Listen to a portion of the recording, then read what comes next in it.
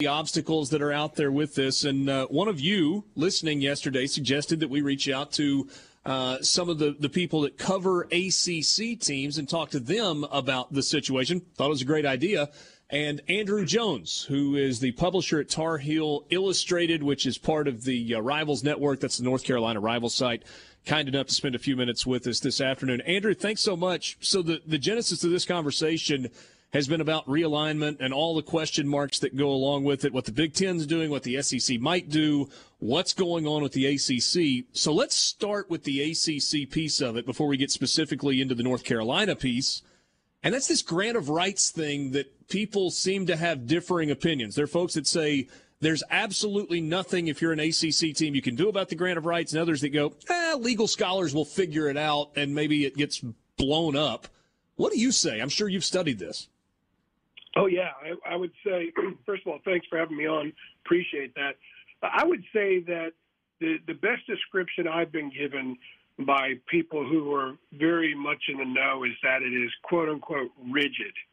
It would be very difficult for any school by itself to find a loophole, go through a legal process, and find a way to wiggle out of it that way. Now, if multiple schools, say 4 schools, tried to do it from a PR perspective, at that point it would be very difficult for the league, and I would think that that would challenge the stability of the rest of the conference. So basically what I'm told is that the only way anybody gets out is if someone finds that loophole, and I can assure you some schools are spending some money on looking to see if it's there.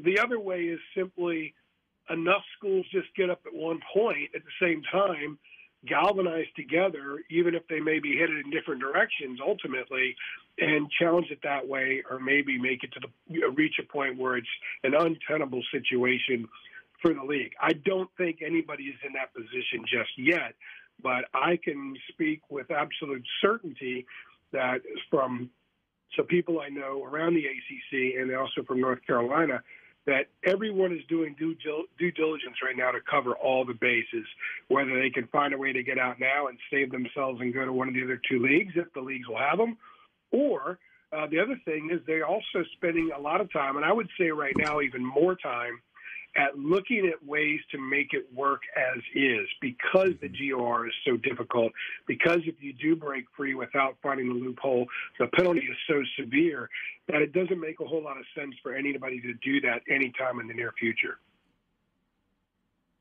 I'm sure somebody's got a calculator and a spreadsheet, and they're running the numbers. I mean, I've read and have heard $500 million in terms of lost TV revenue over the next, 14, 15 years it is, that you would have to give up by giving up your grant of rights, and then a significant exit fee, like $100 million plus exit fee. Is there a scenario where the math works out where it still might make sense to walk away? Because if let's say Clemson left tomorrow, okay, and they don't find a loophole in the grant of rights, they go to the SEC, and for the sake of discussion, the SEC is making $90 million a year, $100 million a year, whatever it is.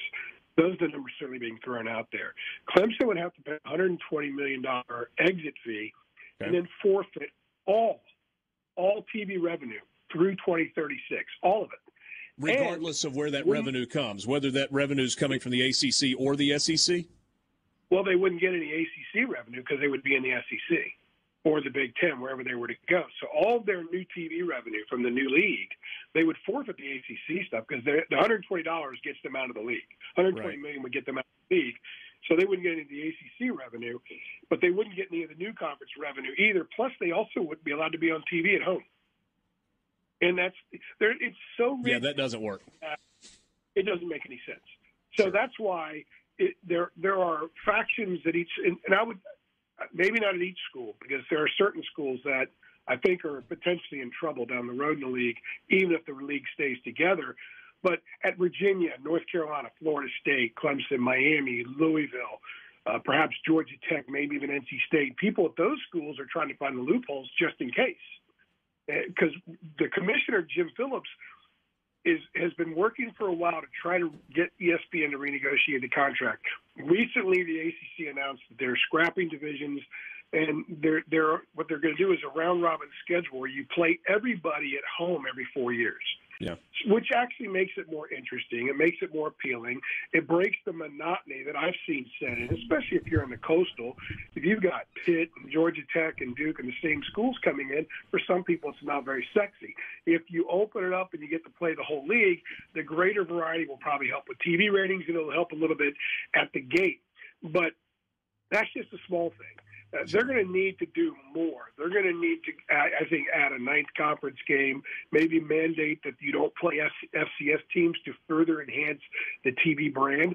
And there are several options that I have been told that I wouldn't say they're on the table, but they have been discussed. Now, a lot of stuff gets discussed, as you know, and never gets up to the point where it's actually combed over as a viable option. But one of the things discussed is perhaps they raise the spending limit across the board. Everybody must have a minimum spending number on football, and then they vote to change the revenue distribution within the league so that North Carolina and Florida State and Clemson get more than a Boston College and a Wake Forest because they're bringing more to the table.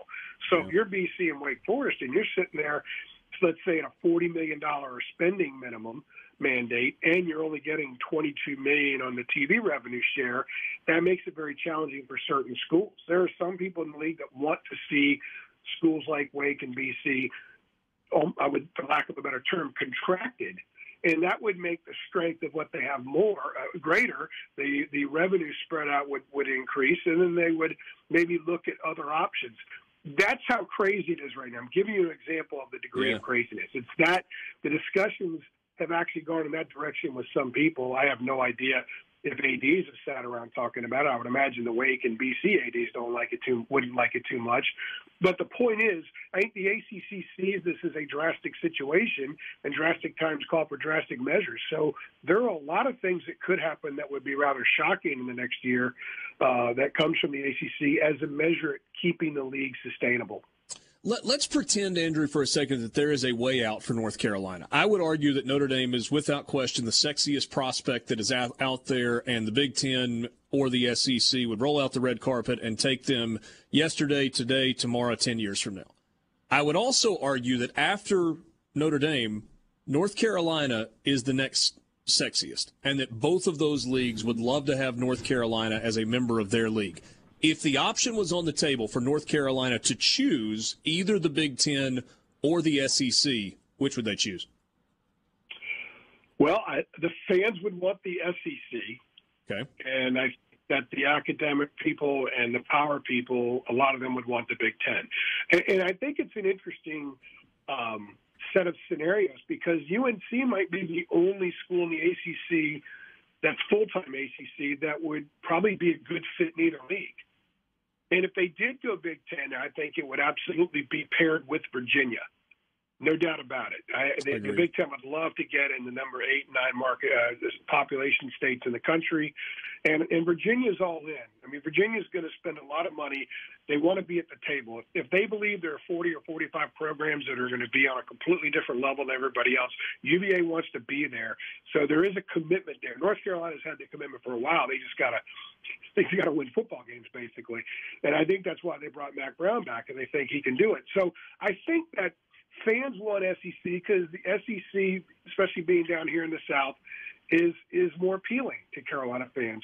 But a lot of other people love the stability of the Big Ten. They want to be aligned with the other AAU universities. And I think that there's some ego stuff involved as well there. And North Carolina has always made decisions where they get input from people who don't really care about what happens on the courts or fields. They just care about other stuff. And sometimes it's been a positive, and sometimes it's been a negative for the school. Last thing for you, Andrew, only about a minute left. Is there a scenario where it would take a group of schools from the ACC kind of banding together and going to one league or another league?